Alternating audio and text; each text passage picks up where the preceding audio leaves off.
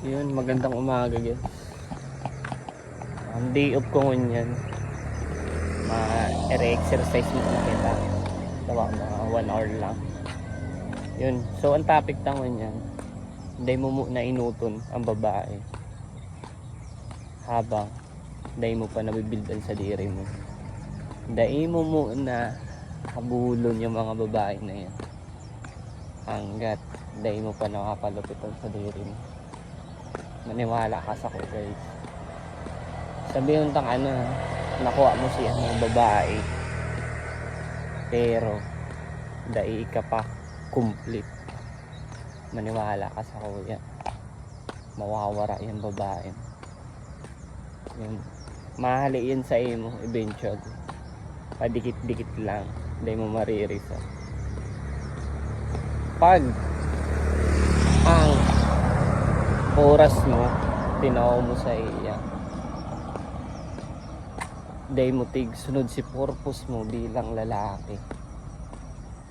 Yun, paparusahan ka eh.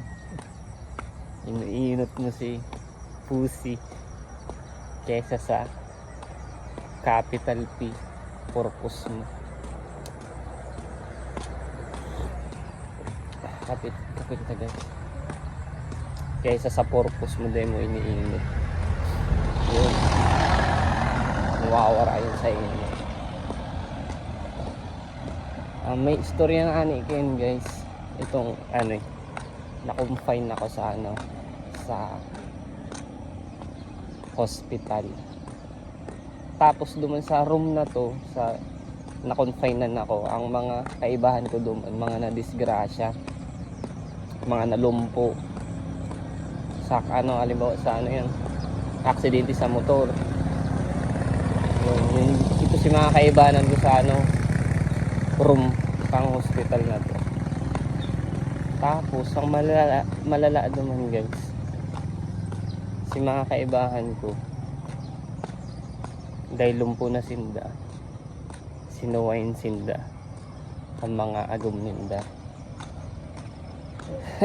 Hindi ko alam kung saan ka malulungkot, kung nalumpo ka o dahil sinuwain ka ang agom mo. Pero that's life, di ba? Dapat inuton mo na sa diri mo, padangatan mo sa diri mo guys. Kasi yung mga babae mawawara din yan sa oras na dahil ka na nigda, napapakinabangan. So inuton mo muna sa diri mo, tsaka na yan, pauri mo na yan, maabot yan, kusa na lang yan maabot pag haram na kantas na pinalupit mo sa diri mo. Bonus na lang talaga yan. So yun, good morning guys. Abot lang dyan ang video ta.